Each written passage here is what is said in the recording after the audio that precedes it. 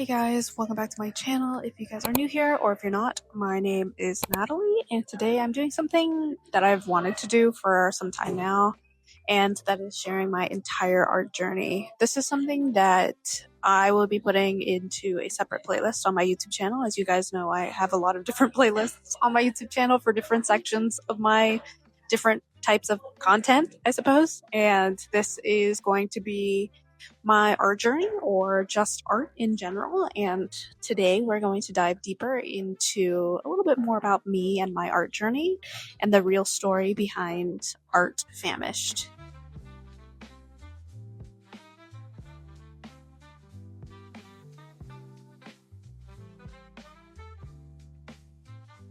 So first, let's start with the name. I created Art Famished so many years ago when I made my art Instagram for the first time, and unlike most people my age, I didn't have an Instagram until like middle school, and I wasn't really online like that. So my first several posts on Instagram were very weird, generic carousels of a whole bunch of pictures that I felt looked good together with a caption mostly made up of emojis with a long explanation of what is happening in the pictures or big events happening in my life. Yeah, I was one of those people. But then I created my art Instagram instead of my regular Instagram, and this was something that I wanted to have a fun username since my original just kind of has my name with like a nickname of mine, which is Nat. So I wanted something that wasn't just a random username, but something that played off of who I am and my name. So Fam is my last name, and I've always been obsessed with wordplay, and I always thought I was so smart when I was younger that I wanted to twist it and make it into famished. You know, like the word famished as in starving, but with my last name famished. Fam. My last name isn't famished. My last name is Fam, but it turns into famished. Because at the time I was really starving, not literally, but starving for more art in my life, more beauty, more creativity, and more ways to express myself while I was dealing with everything I was going through back then, which is a lot, admittedly. And honestly, that hunger never really went away. Even now, I feel like I'm always craving more expression, more creativity, and that's why the name has stuck all of these years, and I don't really feel like changing it, and I kind of enjoy the nostalgia of having the name that I had back then. So, yeah. It wasn't just about liking art. It was about needing it, needing that like outlet and needing that way to process emotions that I didn't know how to say out loud. And honestly, like I thought it was really funny because I thought I was so smart and that I was so creative in creating the name, and it even says a little bit about my own art and creativity by creating a creative name, I suppose. But yeah.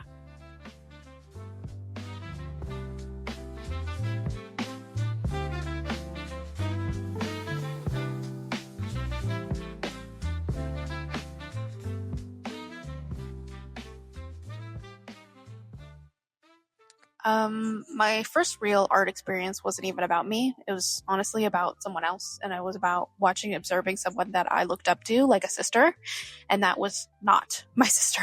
Um, One of my sister's best friends back then was honestly like the coolest person I'd ever met, and she was 2 years older than me. She was my sister's age, and she had this haircut. She had like this short asymmetrical kind of pixie haircut, and she had glasses, and she always dressed like super cool, a little bit goth like but also punk.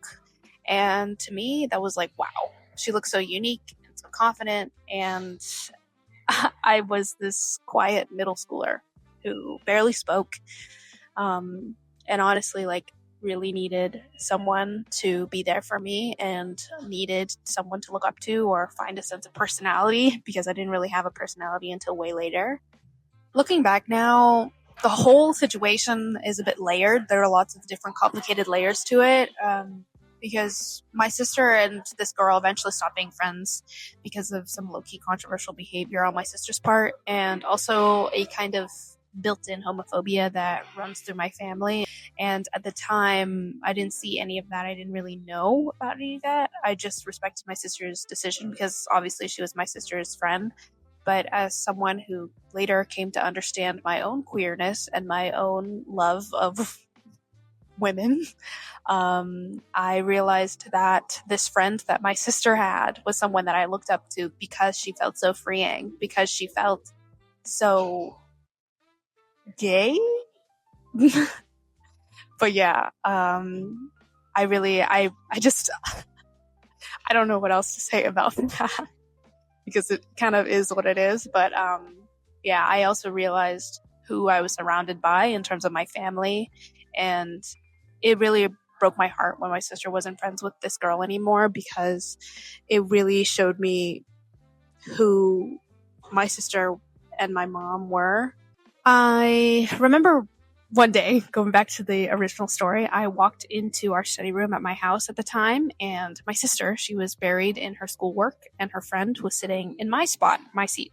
And she was just drawing while she was waiting for my sister to be done with her work because she wanted to hang out with my sister. And she was so good. Like, my eyes were glued to the paper that she was drawing on, and she was drawing with this purple colored pencil that I distinctly remember because it was like a dark purple, and it was so smooth. And I knew it was not like a regular colored pencil. I knew it was special. It was one of those art colored pencils, and something inside of me just knew I wanted to do what she was doing, and I wanted to be like her. And so I asked her, with all the little gay courage in my body and in my quiet middle school mind. And I asked her if she could teach me. And she smiled and she said, of course, yes. And just like that, no hesitation, she had so much confidence, she had so much courage, and she was just so nice to me. She treated me like a younger sister. And that moment stuck with me because she didn't treat me like I was annoying, or I was like her best friend's annoying sister, or I was some weirdo who somehow had hyperfixation with the fact she was coloring with a purple pencil. But she treated me like someone who was worth teaching and someone who could create too. And there were no caveats, no hesitations, because the truth is anyone can create even at a young age, or even as someone who's never had any experience. But yeah, she taught me anime. So she draws more in the anime cartoony styles, and let's be real, I was awful and absolutely terrible at it. Anime for me was a brutal place to start, but it was a place that I started because the proportions, like the proportions are not like what you see in real life. It's not something that I could reference or understand quite in my brain. And all the eyes were wonky. The eyes were like ginormous on the head. The nose was tiny. The mouth was tiny. The head was tiny. The hair was like ginormous, where if you really looked at it, the head underneath the hair was lopsided probably. I don't have any pictures of my original art because I used to not draw in like sketchbooks or anything, just loose leaf paper, and I can't find them anymore. Also, they're back in Texas with my family, so I can't really show you, but I didn't care because honestly, I loved it. And there was this one purple colored pencil that she handed me when I started, and it's the one that she was using, and I kept it. She let me keep it. That pencil became the pencil. Every time I drew, I reached for it.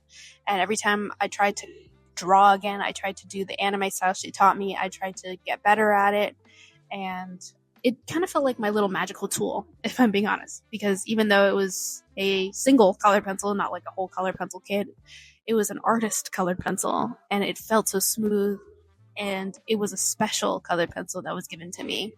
If you ever had that, like, one tool, like a brush or a pen or a notebook or a specific type of paper, you know what I mean. It becomes like the anchor for your practice, and that purple pencil was mine for a little while. Plus, it reminded me of her even after my sister stopped being friends with her. I don't know if I still have it. I'll probably have to look for it. But yeah.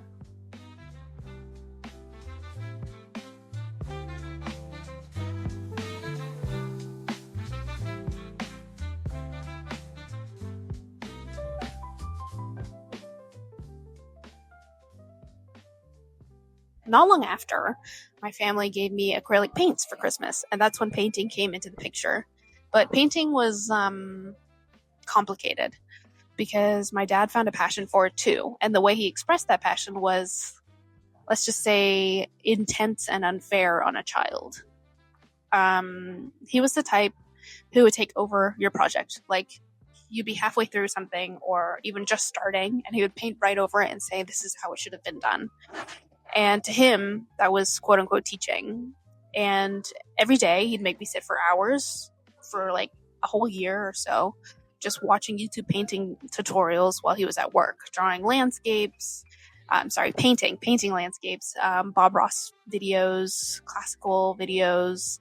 And by the time he got home, he would critique it and he would tell me what I did wrong or what I should have improved. He'd paint over it. And even sometimes he'd be so in the zone of painting over it and fixing it or copying it so it just fit his taste perfectly that sometimes I would leave the room and he wouldn't even notice. And when I came back, he'd be done and he'd tell me what he did. And he'd say, see, you did a really good job. Like it was my work when it wasn't. And that really, it messes with your head when you're little, especially when you're someone who's trying to do something that you want someone to be proud of you. Like the truth is I was mostly just seeking approval. And I think I enjoyed it. I'm not really sure. But there were some pieces that I actually felt really proud of. And others, well, he literally took them away from me. There was like one piece I remember distinctly, and it was this painting that I did of a willow. And it was the first painting that I truly, truly felt proud of because there was literally nothing that my dad changed about it, and he loved it. And additionally, I loved it. It was just perfect. The tree looked perfect. It looked like it had emotion and feeling the way it was going in the wind. And I think it says a lot about me too that I resonate with a willow, especially with the way that my feelings and behaviors were at the time. It was the first painting I had ever made that I felt something, and he took it from me. He framed it and he hung it up in his office, and he used it as a trophy for his patients to see, which isn't that always the way that it is with, parents who don't always treat their children right. They just treat their accomplishments as trophies to show that they have accomplishing children because of quote unquote them. But it's whatever. I mean, it's something that bothers me, but the truth is I don't have the greatest relationship with my dad anymore anyway, so it's whatever. And honestly, like, I don't know how I feel about that even now. Like, I'm not even sure if I enjoyed painting, or did I just like enjoy the pride of when I got it right, or did I actually enjoy the art or the relief of this approval at least like once or twice? It's kind of hard to separate like how that feeling is, because I do feel like parents and people around us when we grow up shape us in a lot of messy ways sometimes, and their passion or their feelings are put onto children or fuel children, and it creates a complication of their own relationships with the thing. And I know for me, like, I have a bit of a complicated relationship with art now because of it.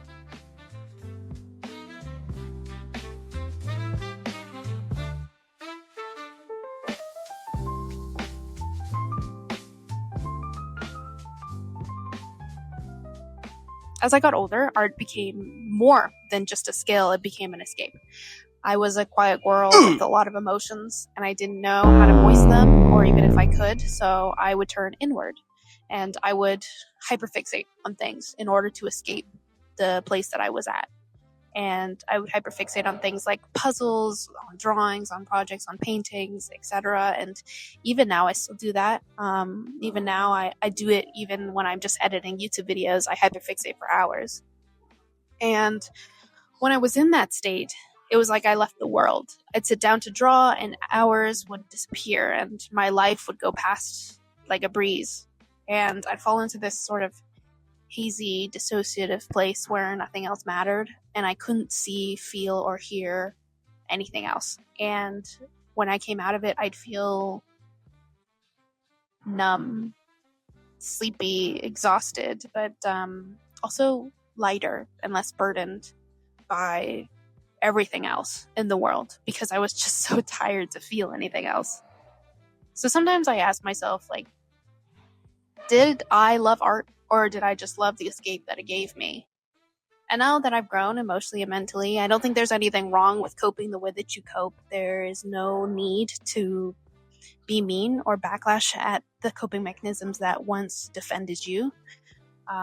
But I've learned to voice my feelings, and I ask for help, and I express myself outside of just art now. And that sort of changed the way that I look at how I approach art and this sort of hazy, hyperfixated state that I go into. And I still feel pride when I finish a piece, and I still love seeing what I create. But the process, the perfectionism, the hyperfixation, it kind of makes it all complicated. And maybe if some of you who are watching get this too. Art isn't always about joy, and sometimes it's about survival and defending yourself. But when that survival or that need to survive disappears and it turns into passion, it gets kind of hard to untangle what's what and how you truly feel about things. Over the years, I've kept experimenting, doodling, and trying to find my own style, and I realized I love drawing what I see or creating what I see, whether that's copying a cartoon reference like you see here, which I'm doing with some shading and hyper-realistically shading, or sketching people I love in real life, or even capturing little objects around me. I love just showing the things that I see and how I see it, and the beauty of how I see it. It's not really about impressing someone anymore, and it's not about trying to prove or perfect or be something. It's more about observation, presence, and expression. And that's what feels real to me now. And I still obviously struggle with the perfectionism point, because if you look at the drawings that I had at the beginning of the video, you can really see how I put in so much detail to make every page perfect. And there are some pages that I admittedly think, in my opinion, are a flop, but I still put in the perfectionism into it. And that's definitely something I'm working on, because the hyperfixation and perfectionism is what puts me into that sort of state. And it's something that I don't necessarily think is something I need to do anymore. And hopefully through my journey in the future, it starts to fade a little bit, where I can actually start to feel the passion. And yeah. I am so much better now than I was when I started, obviously. In every piece I create, I can see the growth, and every artwork makes me fall a little more in love with what I can do. And that's what art famished is to me. It's born out of a craving, shaped by complicated family dynamics and the life that I was stuck in, and colored by hyperfixation and perfectionism. But ultimately, it's mine. It's something that I own. It's my skill, my work. And I can feel proud of it. And obviously I'm still figuring it out. I don't have a neat bow to tie this all up with, but I know one thing. I'm proud of the artist I've become, and I'm excited for who I'll keep growing into. So yeah, hopefully you guys stick around and watch more of my videos. Thank you.